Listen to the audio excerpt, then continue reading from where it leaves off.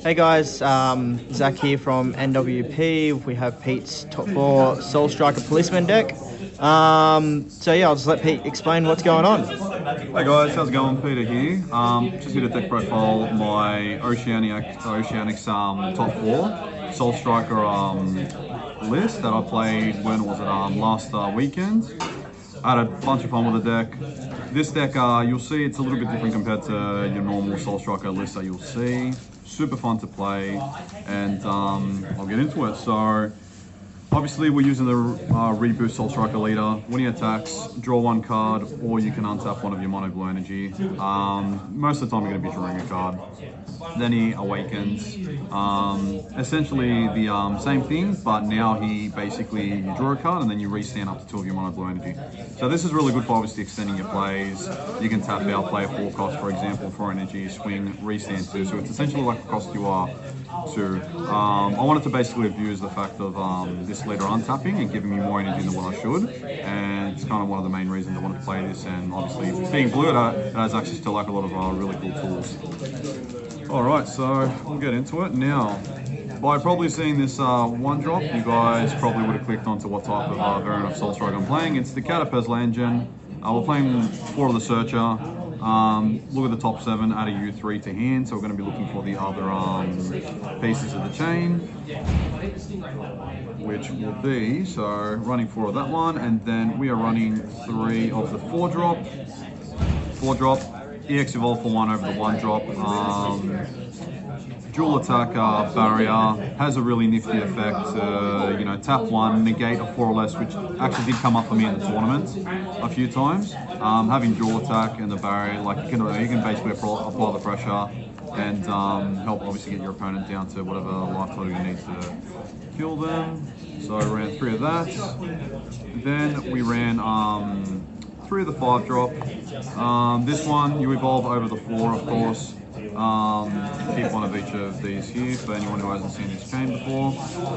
So basically he evolves over the 4 for 2, and then when he comes into play you get to warp 1 of your opponent's battle cards and draw a card, and use 25k double strike and crit, which puts an insane amount of pressure. If your opponent obviously is on higher life total, you just sit there, you crit them down, and they don't get the advantage to hand. He's definitely super good. And then with him, what we do, we played 3 of the 6 drop Catapesla. Now this is basically our main finisher of the deck. He will go over the 5 drop here for 1 energy. So basically you swing with the 4 once, you evolve for 2 into the 5 drop, swing once, then you tap 1, EX evolve into this guy, and then his auto lets him restand, and this guy has all the good keyword skills. EX evolve for 1, obviously, critical, double strike, dual attack, barrier, 30k. Like, what more do you want in a finisher? This guy won me quite a few games over the weekend, and basically him just being on board, being such a big body with barrier, is super hard for your opponent to deal with. So this guy was definitely one of the MVP cards of the weekend, and yeah, he put in a lot of work. So that's essentially the Catapesla chain. Get those out of the way, and then we go on to like the blue stuff. Like I went with with Soul Striker, which I actually forgot to mention before. His awakening condition is 4 or less, if your life is at 4 or less, or if you have a blue unison with a specified cost of 3 in play, you can awaken earlier. You draw 2 cards and awaken. Now, my decision basically of going with this unison was for a few reasons. You also have the Gogeta, which is really good. That will that's dual attack 20k, will bounce 2 cards back. I opted to go for this one for the extra draw power, and also the -5. Can basically make your leader into another finisher and have basically your counter skills live and free by discarding 2 cards, which I will show you shortly what card we were using over the weekend. And then yeah, this guy being able to +2 markers, super hard to get off of the board, so he was definitely a really good choice in my opinion for at least how I wanted to play this deck. Then with the baby unison, we run 2 of the ape. Most of you probably know what this guy does. Well, if you don't, he's a 5 cost battle card with triple strike, unique. he has a counterplay effect, so he's basically for 5 blue minimum, so be careful. If you basically are playing a blue deck, you don't want to charge anything else other than blue if you intend to hard cast this guy for 5. But we basically, he has a counterplay effect that lets me bounce back my opponent's 7 or less cards I would attempt to play. And then on play, he has an auto effect that when I play him, I draw 1 card, and then he can bottom deck an opponent's battle card, ignoring barrier. Now, what the insane thing with this card and this card is, the neg 5 on this guy will make basically your counters free by discarding 2 cards as the additional cost to activate them for free with no energy. And what you want to do with this guy essentially is abuse that, because his other keyword skill or skill that he has is basically counter. So say your opponent's on 2 life, you neg 5 off this guy, give your leader double strike, you swing with your leader, and then they attempt to negate, you discard 2 cards and you just counter it with Abe, and that's basically an attack guaranteed to go through, and then it becomes obviously a matter of who can out combo who, which you want to make sure you drop this at the right time if you have a few super combos to go in for the kill. But this card definitely, you know, Blue was basically missing a really nice card like this. You can probably argue the fact it's probably a bit fine-tuned with how you can neg 5 and activate it for free, but card's definitely super good. And if you're running this Unison, in my opinion, you have to run at least 2 of this. Now, my other choice for Unisons, I opted to go for 2 of the new set 13. Let's see again. Majin Buu Assaulted the Agent of Destruction. This card is actually insane, guys. I'm gonna read his effects first. So he's a double strike blocker minimum, basically as a keyword skills. He has an activate main 0+ marker ability. Draw 1 card. Then at the start of your opponent's next main phase, you untap it and 1 of your mono blue energy. And then that's the really good card like effect, obviously, or part of it as well, but where you can just keep up your hand parity compared to your opponent. If you're playing like a grinding match, he obviously helps you keep hand advantage. And then his -1 is the craziest part about this card. He has a -1 ability, which when your opponent attacks with a battle card, you may choose the one of your opponent's battle cards and place it at the bottom of his opponent's deck. Honestly, guys, having this card on board ensures that your opponent cannot kill you with any bomb. Granted, it doesn't have barrier. This one does choose, so it doesn't get rid of barrier cards, but the majority of bombs in this game, like Cell Xeno, Secret Rare, and so forth, don't have barrier. This ensures that you don't die to those cards. Granted, it has enough markers to facilitate the ability, but you want to make sure you protect this guy because he's basically a wall that is super awkward for your opponent to play around, and it just generates you so much value, and is basically a threat himself. Alright guys, and then the next card we ran was 4 of the Trunks, SS Trunks God Sealing Technique.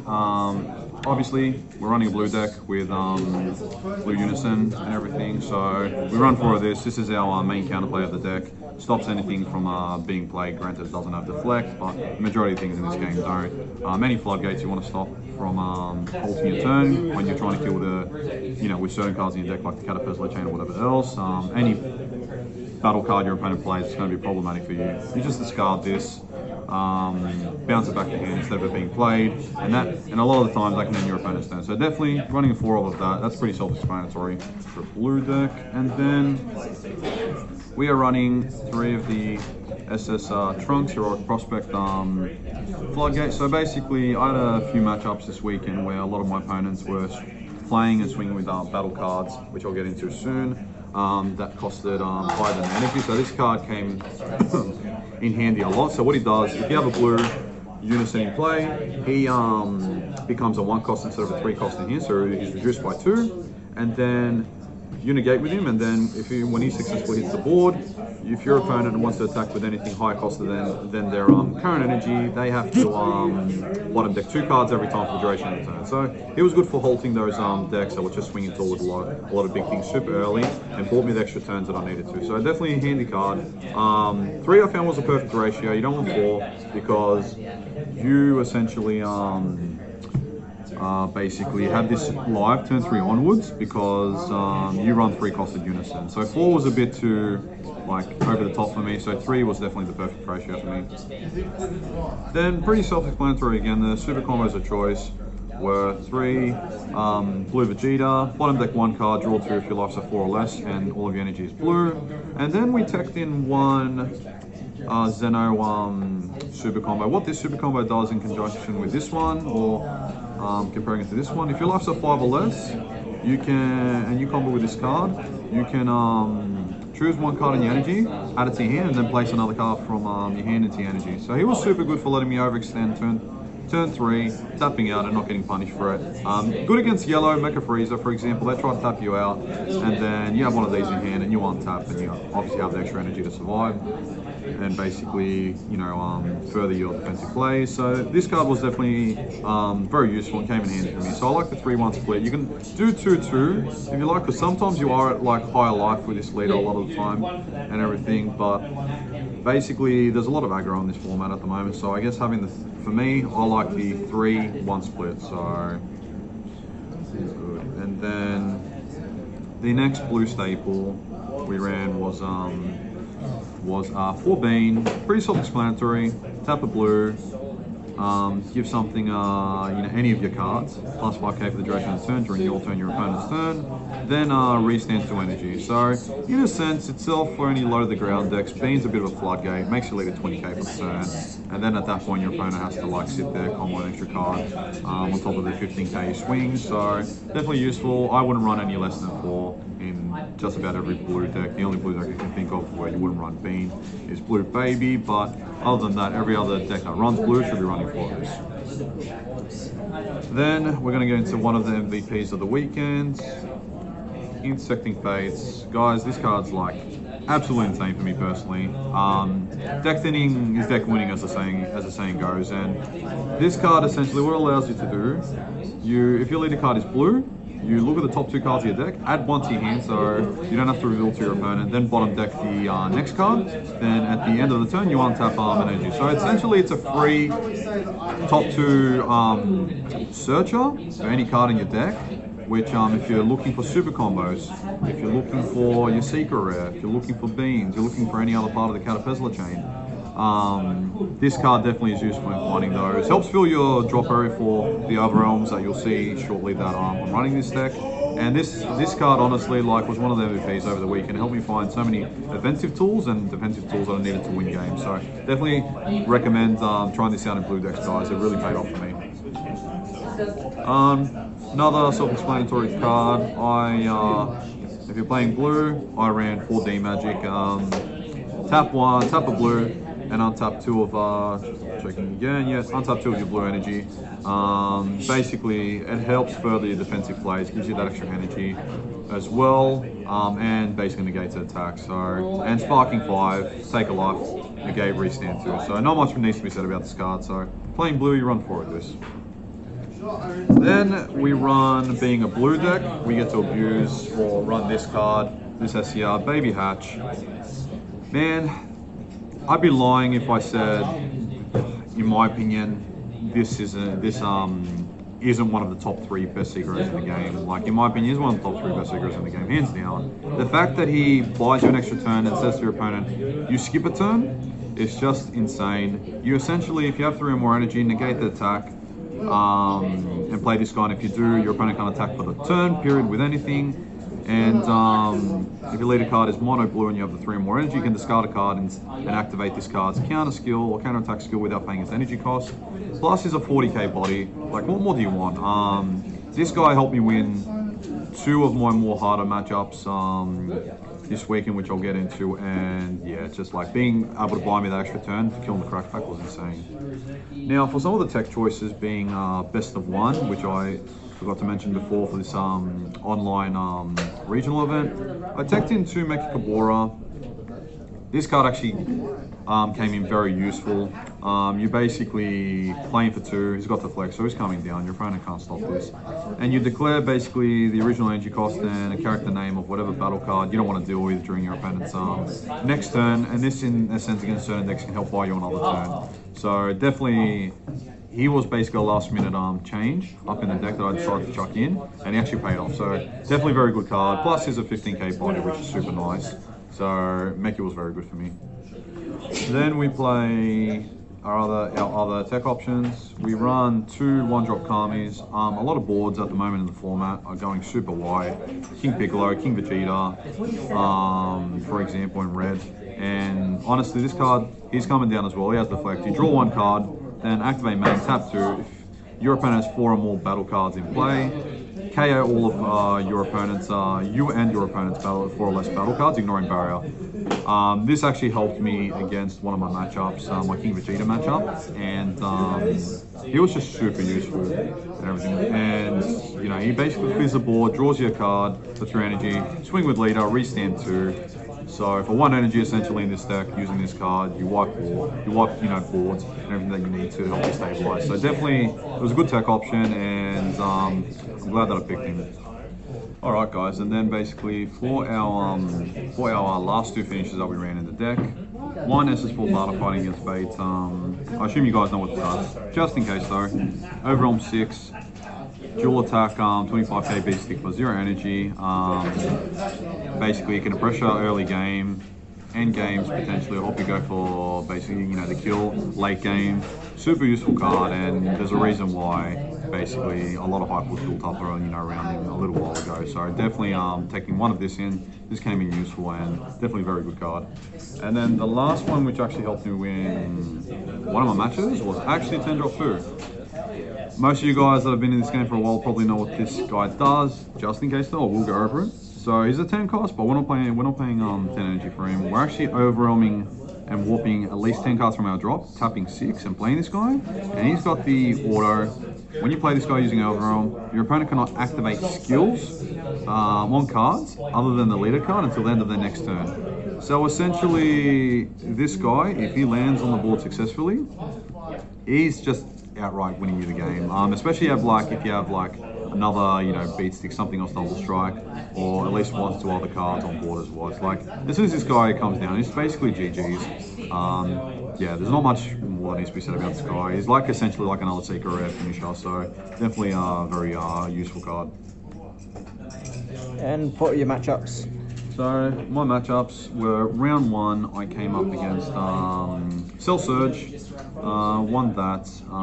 Basically, I went first, which helped in that matchup, and getting my Unison down because both my Unisons essentially draw. He couldn't hand control me basically quicker than what I was drawing cards. So, and then with Cell, guys, so that leader has the effect to minus 1 card from under it, and all of your battle cards being played are played in rest mode. But the nifty thing about the Caterpillar chain, when you go up the chain, this guy gets played in rest mode, for example. You play this guy in rest mode, but his auto actually untaps him, and you know, basically untaps him, and then that gets around the leader's effect. So it was actually pretty funny, that instance, and Cell couldn't deal with this guy. They don't have any main board, you know, big guy barrier removal, so he was definitely, he's the card that won me that matchup. Then the second matchup was King Cold. Pretty straightforward. Played my Caterpillar again. Very my opponent did remove it a couple of times. They were using the chilled promo, but I was able to go up you know, the chain again. The Boo Unison was pretty good in that matchup too. So I won that. Third round was Dark Broly, which was actually, like, I went second against that deck, and it's always rough going second against Dark Broly. In that matchup, I basically got my Unison down on 3. The Trunks, let's see, promo here helped me stall to like my later turns, and seeing this as well, like, gave me 2 extra turns against that deck to kill on the crackback with my Caterpillar chain. Shout out to Jared in that game, super nice guy. We had a good match. So with him, 4th game was against Vegex. I got very unlucky in that match. I actually, it was my only loss of the day. I went second against that deck, and I didn't see a single super combo in the 10-12 cards that I saw. But it is what it is, to be honest. Like, you know, you win some, you lose some. So that was a little bit rough and everything in that matchup. But yeah, so that was basically not much to say about that. He basically killed me turn 2. He did open up pretty well. Multiple 1-drops, 4 1-drops, and then Unisons 100% and so forth. Basically bet texting, so wasn't much I could do there. Then my fifth match was wasn't from memory. I believe it was Dark Broly again. Yeah, my fifth match was Dark Broly again. Now I managed to go first in that matchup, which helped immensely. Again, very grindy matchup. Thankfully, I saw this guy when I needed to as well. That helped me. Obviously, the Caterpillar chain was huge in that matchup against Dark Broly. Dark Broly has an abundance of removal, but once you slam down the 6-drop that has, you know, this 6-drop here, it's essentially like that having barrier is actually huge against Dark Broly, and they can't out this card, and you just basically are swinging twice and like putting immense pressure on. And one of the MVP cards in that matchup, honestly, was, if I can find it, was actually this card. This card helped me win that matchup because I was down to 3 life, 6 cards in hand. My opponent had roughly around the same, and it was very grindy. Before I passed turn, I resolved one of these, which actually helped me find this card from the top 2 cards of my deck, which, seeing this card, I knew basically I had that extra turn that I needed to kill on the crackback, and yeah, like, me being able to find this helped me win the game. So definitely, like, this was one of the MVP cards throughout the entire weekend. Deck thinning, deck filtering, like, what more do you want? And then my last round, so shout out to Felipe in that matchup. My round 6 opponent was, the round 6 deck I versed was King Vegeta, Red Green, Aggro, Hyper Aggro with a King Piccolo 2-drop. Now, that was probably, I'm not gonna lie, that was probably my hardest matchup throughout the entire day, because by turn 2, I was down to 4 life. Obviously with all the little invader crits, and him building a board. And one of the things that he was running, which actually hurt this deck, but I managed to find ways around it, and I'll basically outline the card that helped me in that matchup, was the 1-drop silver bullet from multiple sets that if you untap your energy with a non-leader awaken skill, they get to nuke one of your energy or place one of your energy in drop. So they were running the 1-drop green Kami that does that, and that actually put me in a bit of a bind. And one of the cards that helped me stabilize in that matchup and actually helped me win it, because I was able to board wipe him, because though that deck goes super wide, is this card. So by turn 2, he had like 4+ cards on board, 3 to 4+, actually 4+ cards on board, yep. I was able to play this, clear his board, clear that pesky silver bullet to this deck, and then swing untap 2. So if I didn't have I'm not gonna lie, if I didn't have this card in my deck within that last round, I may have potentially lost that match because of that silver bullet. Well, this helped me get around that. And then turn 3, again, I can't talk up this card, this card enough. This card is just, honestly, there's like so many things I can say about this card. Turn 3, I use this to help stabilize, to get down the cards I needed to build up the appropriate defense / plan for offense to kill on the crackback. This card done that for me. If I didn't have Hatch, this was another card that helped me win that matchup. If I didn't have Hatch, I may have potentially lost that matchup as well. So yeah, guys. So yeah, this card helped me win that matchup, and yeah, definitely staple in blue, 100%. And that was basically the tournament. I finished X1, got top 4 with something a little bit more unique or that you don't see in the meta, and it was definitely really fun. All my opponents were super chilled, super good. I want to give a big shout out to obviously my teammates, Zach, Tom, NWP, No Josh Collectibles. If you guys need anything TCG related, visit No Josh Collectibles. Massive shout out as well to my really good friend Benjamin Moore. He lent me the Hash Seeker and other cards, so thanks bro, owe you one. And to, like I said, all of my teammates, friends that always help me play test. And yeah guys, so that was the deck profile video.